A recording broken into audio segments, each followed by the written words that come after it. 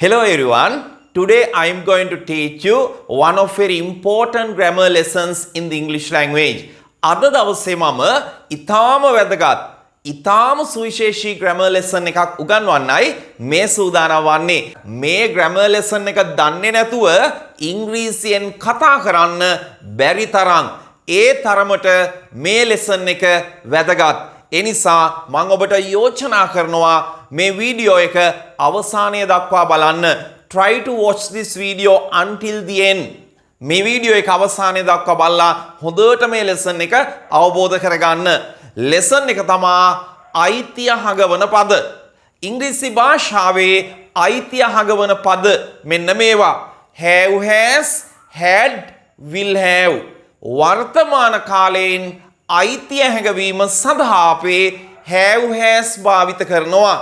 ඉන්නවා තියනවා යනුවෙන් අයිතිය ප්‍රකාශ කිරීමේදී අපේ have, has භාවිත කරනවා. had ගන්නේ අතීත කාලෙදී, will have ගන්නේ අනාගත කාලෙදී. එතනින් එහාට තව තියනවා should have, must have, may have, might have. එතනින් එහාට තියනවා. අපි හිමිහිට මේ ටික සාකච්ඡා කරමු. අද දවසේ ඔබ ඉගෙන ගන්න යන්නේ අයිතිය හැඟවීමේ පදවල වර්තමාන කාල භාවිතය. ඒ තමා have, has භාවිත කරන ආකාරය. හොඳයි, වීඩියෝ එක ආරම්භ කරන්න කලින් මම ඔබට යෝජනා කරනවා මේ වීඩියෝ එක බලන ගමන්ම ලයික් එකක් දාන්න මේ ලෙසන් එකට. මේ ලෙසන් එක බලලා අනිවාර්යයෙන්ම ඔයා ලෙසන් එක හොඳද නැද්ද කියලා පොඩි කමෙන්ට් එකක් දාන්න ඕන පහළ තියෙන කමෙන්ට් සෙක්ෂන් එකට. හොඳයි, එහෙනම් අපි ලෙසන් එකට යමු. වර්තමාන කාලයෙන් අයිතිය හැඟවීම සඳහා අපි have, has භාවිත කරනවා. සිංහල තේරුම් දෙකක් තියෙනවා have, hasට. මොනවද ඒ? තමා ඉන්නවා තියනවා. have තුලත් මේ තේරුම් දෙක ගැබ් වෙලා තියෙනවා. has තුලත් මේ තේරුම් දෙක ගැබ් වෙලා තියෙනවා. ඉන්නවා තියනවා. මට ඉන්නවා, මට තියනවා. අන්නේ ආකාරයට අයිතිය හැඟවීම සඳහා අපි have, has භාවිත කරනවා. ඔවුන්ට තියනවා, එහෙම නැත්නම් ඔවුන්ට ඉන්නවා, ඇයට තියනවා, ඇයට ඉන්නවා යනුවෙන් අයිතිය ප්‍රකාශ කරන්න තමයි අපි have, has භාවිත කරන්නේ. lesson එක ආරම්භ කරන්න කලින්, වාක්‍ය හදන්න කලින් ඔබ දැනගන්න ඕන මෙන්න මේ දේ. I, we, you, they වැනි බහුවචන කර්තෘ පද සමග අපි have භාවිත කරනවා වාක්‍ය නිර්මාණය කිරීම සඳහා. he, she, it, Nimal, Kamal, Bandara වැනි ඒකවචන නාම පද සමග අපි ගන්නේ has වාක්‍ය නිර්මාණය කිරීම සඳහා. හොඳට මතක තියාගන්න. I have, we have, you have, they have, he has, she has, it has, Nimal has, Kamal has, the boy has. අන්නේ විදිහට. හොඳයි. එතකොට අයිතිය හැඟවීමේ වාක්‍ය අපි කියනකොට have, has ගන්නේ. ඊටාම සරල වාක්‍යයක් ගමු පළවෙනියට. මට අලුත් කාර් එකක් තියනවා. මට තියනවා අයිතියක්නේ. මට අලුත් කාර් එකක් තියනවා. මේ වාක්‍යයේ තියනවා කියන අදහස සිංහල වාක්‍යයේ අග තිබුණට ඉංග්‍රීසි වාක්‍ය නිර්මාණය කිරීමේදී තියනවා කියන අදහස දෙන have අපි කර්තෘ ළඟින්ම තියන්න ඕන. I ළඟින්ම තියන්න ඕන. ඉංග්‍රීසි භාෂාවේ මට තියනවා කියලා ඉන්න ඕන. ඉස්සලා මට තියනවා කියලා ඉන්න ඕන. හොඳයි. මට අලුත් කාර් එකක් තියනවා. I have a new car. අලුත් කාර් එකක් කියනකොට අල් කයන්න ගන්න තමා ගත්තේ. සරලව ඔබ එහෙම හිතාගන්න. I have a new car. මට අලුත් කාර් එකක් තියනවා. පැහැදිලි නේද? තව සරල උදාහරණයක් ගමු. මට ලස්සන ගෙයක් තියනවා. මට ලස්සන ගෙයක් තියනවා. කොහොමද අපි ඉංග්‍රීසියෙන් කියන්නේ? I have මට තියනවා ලස්සන ගෙයක්. A beautiful house. I have a beautiful house. මට ලස්සන ගෙයක් තියනවා. තව වාක්‍යයක් අපි ගමු. ඔහුට හොඳ රස්සාවක් තියනවා. ඔහුට හොඳ රස්සාවක් තියනවා.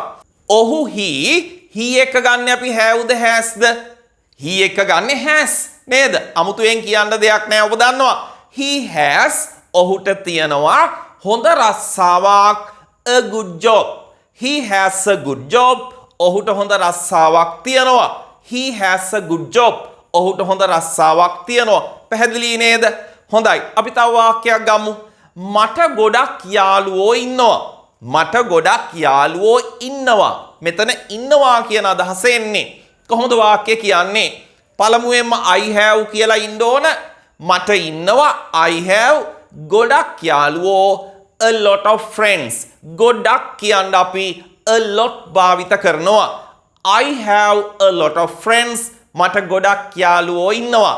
I have a lot of friends. පැහැදිලි නේද? මම නැවතත් මතක් කරනවා වීඩියෝ එක බලන ගමන්ම අනිවාර්යයෙන්ම ලයික් එකක් දාන්න. ඒ වගේම වීඩියෝ එක බලලා අන්තිමට අනිවාර්යයෙන්ම කමෙන්ට් එකක් දාන්න පහළ කමෙන්ට් සෙක්ෂන් එකට මේ වීඩියෝ එකෙන් ඔයා දෙයක් ගත්තා නම්. ඒ වගේම පුළුවන් නම් යාළුවෙකුට බලන්න මේ වීඩියෝ එක ෂෙයා කරන්න. එතකොට එයාගේ දැනුමත් වර්ධනය වෙයි.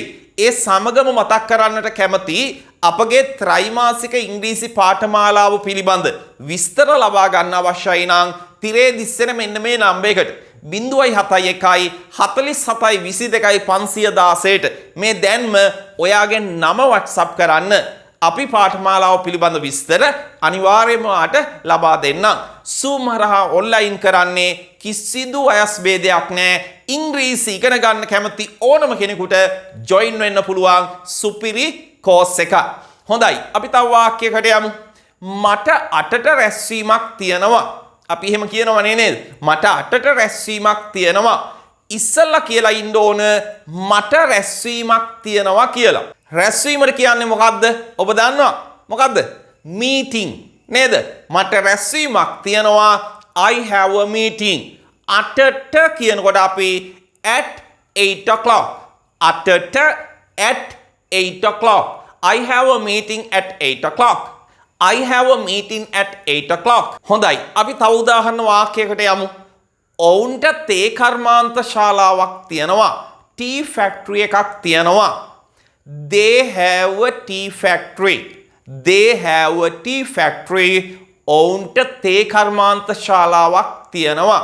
හොඳයි. තව එකක්. මගේ අම්මට දිග කොණ්ඩයක් තියෙනවා. මගේ අම්මට දිග කොණ්ඩයක් තියෙනවා. My mother has long hair. මෙතන මතක තියාගන්න දිග කොණ්ඩයක් කියනකොට අල් කයන්න ගන්න ඔබ දාන්න එපා. කොණ්ඩේ ගණන් කරන්න බෑනේ. uncountable nouns සමග අපි භාවිත කරන්නේ නැහැ. කොණ්ඩේ ගණන් කළ නොහැකි නාම පදයක්. කොණ්ඩේ අපි 1 2 3යි කියලා ගණන් කරන්නේ නැහනේ. ඒ නිසා අපි දාන්නේ My mother has long hair. My mother has long hair. මගේ අම්මට දිග කොණ්ඩයක් තියෙනවා. අපි තව උදාහරණ වාක්‍යයකට යමු. ඇයට හොඳ ඉංග්‍රීසි දැනුමක් තියෙනවා. ඇයට හොඳ ඉංග්‍රීසි දැනුමක් තියෙනවා. කොහොමද වාක්‍යය කියන්නේ? මෙතනත් ඉංග්‍රීසි දැනුමක් කියනකොට දාන්නේ නැහැ. දැනුමත් අපිට ගණන් කරන්න බෑනේ 1 2 3යි කියලා නේද? ඔහුට දැනුම 25ක් තියෙනවා. මට දැනුම 65ක් තියෙනවා. අපි එහෙම කියන්නේ නැහනේ. knowledge එක ගණන් කරන්න බෑ. ඒ නිසා මෙතනදිත් දාන්නේ නැහැ. කොහොමද අපි ඉංග්‍රීසියෙන් කියන්නේ? She has good knowledge of English. මෙතන ඔබ she has good English knowledge කියන්න එපා. She has good English knowledge කියන්න එපා. She has good knowledge of English. She has good knowledge of English. She has good knowledge of English. ඇයට හොඳ ඉංග්‍රීසි දැනුමක් තියෙනවා. පැහැදිලි නේද? අන්නේ විදිහට මට තියෙනවා, ඇයට තියෙනවා, ඔහුට තියෙනවා, ඔවුන්ට තියෙනවා කියලා අයිතිය හඟවනකොට අපි මේ විදිහට තමයි ලස්සනට වාක්‍ය කියන්නේ. තියනවා විතරක් නෙවෙයි, ඉන්නවා කියනකොට මෙන්න බලන්න මේ වාක්‍ය. ඇයට සුරතල් පූසෙක් ඉන්නවා. ඇයට pet cat කෙනෙක් ඉන්නවා. කොහොමද කියන්නේ? She has a pet cat. සුරතල් පූසා pet cat. She has a pet cat. ඇයට සුරතල් පූසෙක් ඉන්නවා. පැහැදිලි නේද? ඉන්නවා තියනවා යනුවෙන් අයිතිය ප්‍රකාශ කරනකොට අපි have has මේ විදිහට භාවිත කරනවා. මම දැන් යනවා මේකේ නෙගටිව් සෙන්ටෙන්සස් හදන ආකාරය ඔබට කියලා දෙන්න. I we you they එක නෑ කියනකොට අපි නෑ කියලාත් අදහස් කියනවා නේද? මට බයිසිකලයක් නෑ. මට හොඳ ඉංග්‍රීසි දැනුමක් නෑ. ඔහොම කියනවනේ. ඇයට හොඳ රස්සාවක් නෑ. අපි නෑ කියලාත් අදහස් කියනවනේ. නෑ කියනකොට අපි I, we, you, they එක ගන්නේ don't have. ඔබ haven't ගන්න එපා මෙතනදී. මෙතනදී අයිතිව නෑ කියනකොට haven't භාවිත කරන්න එපා. මම ඔබට යෝජනා කරන්නේ මොකක් ගන්න කියලාද? don't have ගන්න කියලා තමයි මම යෝජනා කරන්නේ. ඊගාවට he, she, it, Nimal, Kamal සමග නෑ කියනකොට ඔබ ගන්න මෙන්න මේක does not කෙටි කළා doesn't have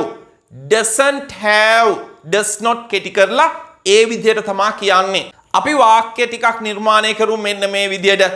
මට හයිබ්‍රිඩ් කාර් එකක් නැහැ. කවුරු හරි කියනවා මට හයිබ්‍රිඩ් කාර් එකක් නැහැ කියලා. කොහොමද කියන්නේ? I ඊට පස්සේ don't have නැහැ කියන්න ඕනේ ඉස්සල්ලා. I don't have මට නැහැ. I don't have මොකද්ද නැත්තේ? හයිබ්‍රිඩ් කාර් එකක්. a hybrid car. අල් කයන්න ගන්න තමා a දැම්මේ. I don't have a hybrid car. මට hybrid car එකක් නැහැ. I don't have a hybrid car. කොහොමද කියන්නේ එහෙනම්? ඔහුට hybrid car එකක් නැහැ කියලා. දැන් ඔබ දන්නවා මං කියලා දුන්නානේ. he ඔහුට නැහැ. he don't have නෙවෙයි. doesn't have. He doesn't have a hybrid car. He doesn't have a hybrid car. ඔහුට hybrid car එකක් නැහැ. ඔබ he hasn't a hybrid car කියන්න එපා. ඒ වගේම I haven't a hybrid car කියන්න එපා. native English speakers ලා නෑ කියනකොට don't have සහ doesn't have තමයි භාවිත කරන්නේ මෙන්න මේ විදිහට. හොඳයි අපි තව වාක්‍යයක් ගමු. මගේ අම්මට දිග කොණ්ඩයක් නෑ. කොහොමද කියන්නේ? My mother doesn't have long hair. මං කියවනේ එතන දාන්න එපා කියලා. My mother doesn't have long hair. මගේ අම්මට දිග කොණ්ඩයක් නැහැ. My mother doesn't have long hair. හොඳයි අපි තව වාක්‍යයක් නිර්මාණය කරමු. ඔවුන්ට ඉලක්කයක් නැහැ. ඉලක්කයට අපි කියන්නේ target. They don't have a target. They don't have a target. ඔවුන්ට ඉලක්කයක් නැහැ. They don't have a target. පැහැදිලි නේද? ඔය විදිහට නෑ කියලා අදහස් කියනකොට ඔබ don't have සහ doesn't have ලස්සනට භාවිත කරන්න. ඌට දිග නැට්ටක් නෑ. ඌට දිග නැට්ටක් නෑ. It doesn't have a long tail. tail නැට්ට. It doesn't have a long tail. ඌට දිග නැට්ටක් නෑ. පැහැදිලි නේද? හොඳයි එහෙනම් ලයික් එකක් දාන්න පහළ කමෙන්ට් එකක් දාන්න මේ වීඩියෝ එක පිළිබඳ ඔබේ අදහස. හොඳයි එහෙනම් තව අලුත් ලෙසන් එකකින් හමු වෙමු. ගිහින් එන්නම්. Have a nice day. Bye.